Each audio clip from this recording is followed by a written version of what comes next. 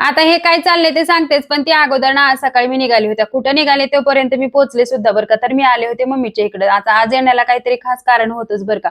तोपर्यंत इकडं सगळा बाकीचा स्वयंपाक रेडी झाला होता आणि मग माझा हातभार म्हणून माझं इकडं थापीवड्या करण्यात आलं होतं. मला तरी असं वाटतं की थापीवड्या तुम्हाला माहीतच असतील बरं का. छान अशा थापीवड्या बनवल्यानंतर चहा घेतला. तोपर्यंत काकीने इकडं राहिलेला स्वयंपाक बनवला.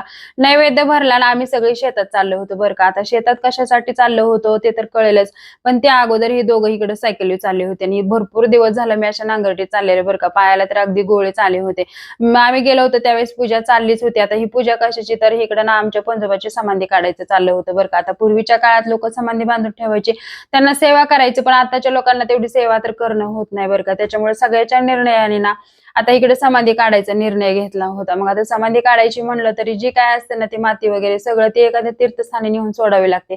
मग त्यासाठीच इकडे जेसीपी ट्रॅक्टर बोलावला होता बरं का. मग नंतर पूजा वगैरे केली, घरी आलो. त्यानंतर नाही येताना आम्हाला आता पेरू सापडत होते. कुठेतरी एखादा दुसरा पेरू बघत बघतच आम्हाला भरपूर असे पेरू सापडले होते बरं का. आणि पेरू पण भरपूर असे गोडच लागत होते. उन्हाळा होता तरी एवढे छान असे हिरवीगार झाड झाली होती सगळी. मग जेवणामध्ये असा काही मेनू होता. घरी आलो, सगळ्यांना ताटं वगैरे केले.